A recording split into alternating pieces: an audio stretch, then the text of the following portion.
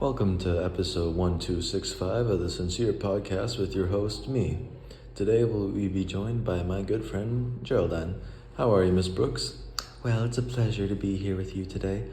So, as we know, you're here to talk about your relatively old book, March. Yes, we are. Now, you wrote this 18 years ago, I believe in the same year it got published. Yeah, I remember this beauty. It was a challenging piece. Yeah, I imagine writing a parallel novel and a prequel to one of the greatest stories of all time can be challenging. We should get to the elephant in the room, though. No offense, but the reviews don't really live up to the work you put in. That certainly is one way of saying it. It is 50-50 from what I see. Some say it lives up to Little Woman, and some say it falls flat. I think that a part of the backlash is due to me not being the original author of Little Woman. However, the way I wrote the story was quite graphic. It was not for the faint of heart. This is not a casual book, but a story that requires your undivided attention. It deals with many serious topics that are not for everyone. I also think it was the environment of literature in 2005 as well. Many books for younger viewers realized such as The Book Thief and Percy Jackson. The internet and cell phones were expanding so much during that time that many young women just wanted to have fun and not read dark and disturbing stories. I am a bit surprised, however, because when I published this, the terrorism superstition,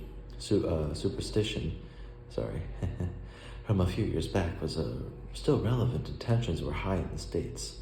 My country was still divided within itself just by the way they look or dress, and I found this unacceptable. Both America and Australia. However, it wasn't all bad. It was also the time of social movements starting, such as removal of Confederate statues being discussed. Oh yes, I can see that being true, but do you think the power struggle between two ideals in this modern time was also seen in your book? Well, mostly. Man, that's a big question. I like to think that there are power relationships mostly shown in this story. I have presented a social structure power relation both openly and secretly through the text.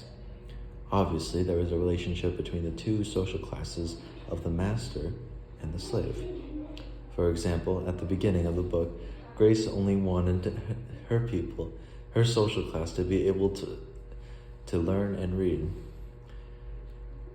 However, Mr. Clement and his manager decided that due to them being a higher class of power than them, only they can be able to read and punish those who believe that they are trying to take their position away from them.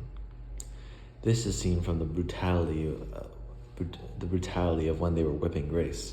That scene was one of the hardest things I had to write in my entire career. Another thing I want to say is whenever March is visiting a master's house, he is always offered one thing: meat. This is interesting considering March is a vegetarian, but he still offered it. I wanted to present meat as a power. Back then in the old days, meat was a luxury food only the rich could afford, and them greedily consuming it all at the time and offering it to the people who looked like them symbolizes their excess of power instead of giving it to the slaves. When I wrote this story in 2005, there was a lot of talk about modern-day slavery, especially in the country of Niger. It was cruel and wicked, but because of how profitable it was, the government only of foreign countries protested it for this. The rich class will always have more power. Wow, a very interesting take from you, Miss Brooks. I have one more question before we wrap this up. What can we understand about the time it was set in the book? Well, I think we can understand that no matter how hard we try, we are only human. We will still not forgive ourselves no matter how many good deeds we do, and we still can make mistakes, not only in ourselves, but as a society. March, no matter how many good things he tried to do, he had bad sins that countered them. In the end, his fate was undecided.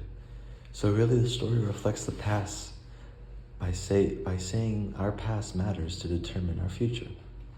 That is why it's so important, for example, for the government, my government, to address the past atrocities and make amends with the victims. However, it does deviate a bit from the time it was written. March's main value was giving education to working and former slaves, trying to make their lives as better as he could.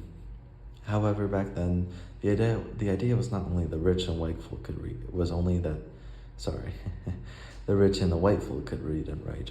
And only a finite amount of people wanted that to stop and give everyone a chance. That's why I shine some light on the topic with a group of Union soldiers being just as vile as the Confederates. Wow, that is a very interesting choice for you to include that. And it was a great way to end this episode. So thank you for coming, Mrs. Brooks. Oh, my pleasure.